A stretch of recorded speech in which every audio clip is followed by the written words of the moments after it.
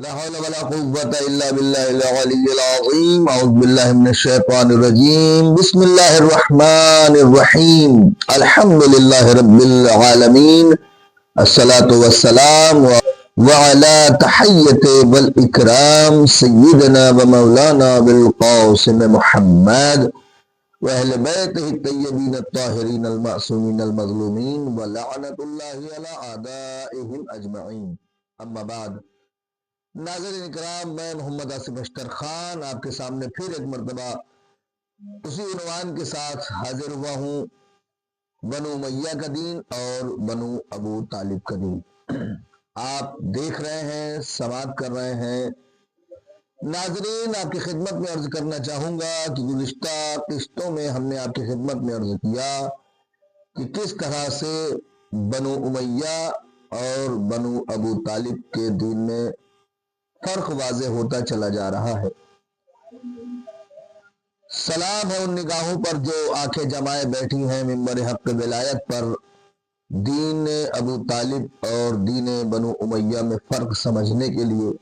ان ذہنوں پر سلام جو آمادہ رہتے ہیں دین کو سمجھنے کے لیے اور تدبر کرنے کے لیے۔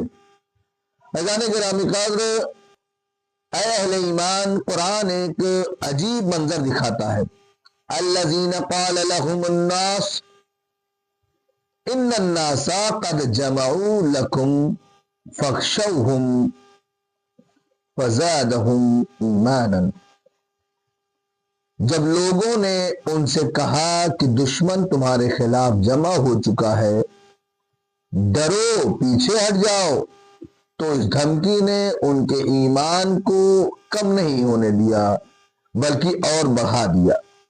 یہ آیت ہمیں بتاتی ہے کہ ایمان کی پہچان خوف سے نہیں، رد خوف سے ہوتی ہے۔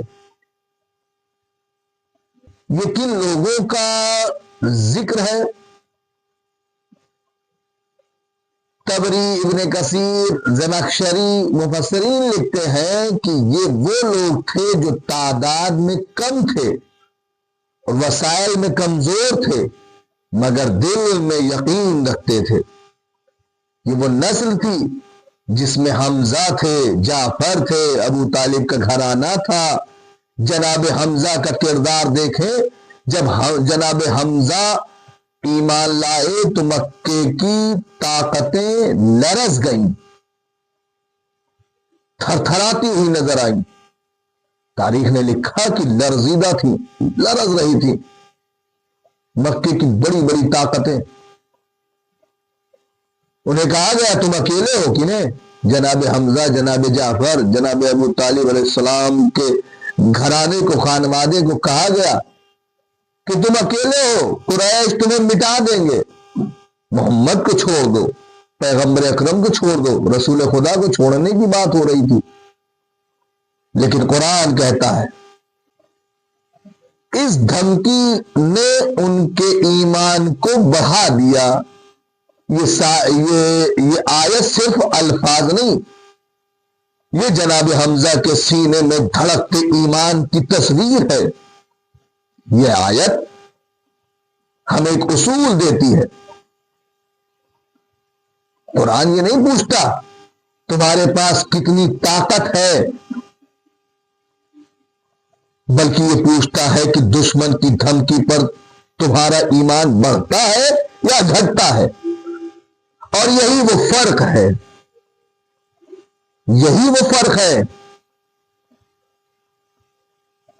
دین ابو طالب جو خوف میں ثابت قدم رہا، دین اقتدار طاقت دیکھ کر جھکتا رہا۔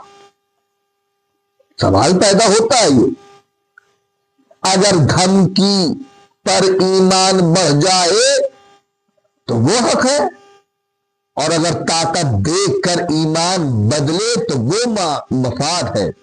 نہیں عزیزان گرامی، آپ بات کو ذرا سا غور کریں، فکر کریں۔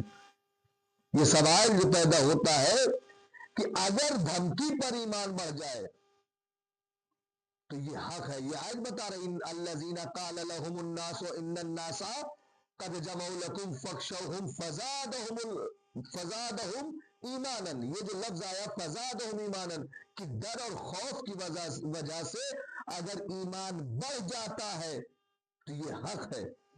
اگر ڈر اور خوف کی وجہ سے تبدیلی پیدا ہونے لگے اپنے اندر، ایمان ڈبل ڈول ہونے لگے، ایمان میں لغزش پیدا ہونے لگے تو یہ مفاد ہے.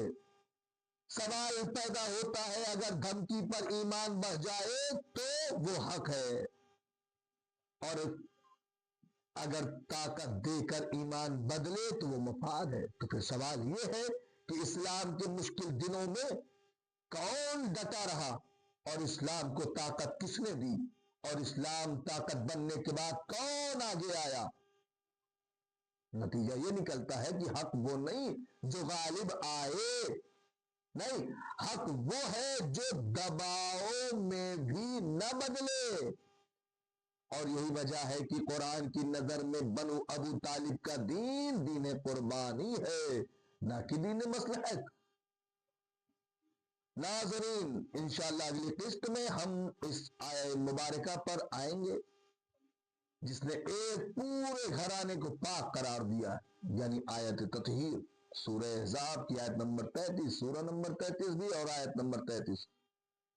اور پھر دیکھیں گے کہ قرآن نے پاکیزگی کس کو دی اور حکومت کس کے ہاتھ میں چلی گئی. دعا گو ہوں وحدہ الشریک کی بارگاہ میں، یا اللہ تو جانتا ہے یہ دل کیوں دھڑکتے ہیں، یہ زبان کیوں لرزتی ہے، اور حق کے نام پر یہ آنکھیں کیوں بھر آتی ہیں. میں دعا کرتا ہوں ان نگاہوں کے لیے جو حق چاہتے ہیں، حق سمجھنا چاہتے ہیں، حق بولنا چاہتے ہیں، حق دیکھنا چاہتے ہیں، حق کی پیروی کرنا چاہتے ہیں، اور ان کانوں کے لیے جو اہل بیت علیہ السلام کی صدا سن کر مچل جاتے ہیں. یا اللہ ان ذہنوں کو نور دے، ان دلوں میں استقامت دے، ان قدموں میں توفیق دے، تاکہ یہ دین آل محمد علیہ السلام، محمد اور آل محمد علیہ السلام پر مضبوطی سے جمے رہے. منبر حق و ولایت کے چینل کو آپ سبسکرائب کریں، شیئر کریں، لائک کریں. منبر حق کی ولایت کی آواز کو دور تک پہنچانے میں مدد کریں، دور تک پھیلائیں. سبسکرائب کے ذریعے سے، شیئر کے ذریعے سے، لائک کے ذریعے سے منبر حق کے ولایت کو پروموٹ کریں، تاکہ دنیا تک یہ پہنچے کہ اسلام جو قرآن کہہ رہا ہے وہ کیا ہے، اور اسلام جو دنیا میں طرح طرح کی تنظیموں کے ذریعے سے پھیلایا جا رہا ہے وہ کیا ہے. اسلام کن ذوات مقدسہ کی طرف آپ کو موڑنا چاہتا ہے، قرآن کس کا اشارہ کر رہا ہے، کس کی طرف اشارہ کر رہا ہے کہ جاؤ اور ان کی پیروی کرو تو قرآن والا دین نظر آئے. قرآن جس دین کی طرف اشارہ کر رہا ہے وہ بنو ابو طالب علیہ السلام کا دین ہے، نہ کہ بنو امیہ کا. اس لیے کہ جب آپ تاریخ اٹھا کر دیکھیں گے ابتدائے دور دین اسلام میں تو جناب حمزہ آپ کو آگے آگے نظر آئیں گے، جناب جعفر آپ کو نظر آئیں گے، جناب ابو طالب اپنی اولاد کو قربان کرتے نظر آئیں گے. میں منبر حق ولایت کے اس چینل سے آپ کی خدمت کرنا چاہتا ہوں، خدمت خلق کرنا چاہتا ہوں، تو لہٰذا سبسکرائب کے ذریعے سے، شیئر کے ذریعے سے اور لائک کے ذریعے سے ہمارے چینل کو پروموٹ کریں، تو اس میں ہماری مدد ہوگی کہ ہم اس کے ذریعے سے دین آل محمد، دین بنو ابو طالب علیہ السلام کو آپ تک صحیح طریقے سے پہنچانے کی کوشش کر سکیں. نوجوانوں، منبر حق کو ولایت کو سبسکرائب کرو، شیئر کرو، لائک کرو، پروموٹ کرنے کی کوشش کرو. فقط والسلام ورحمۃ اللہ وبرکاتہ.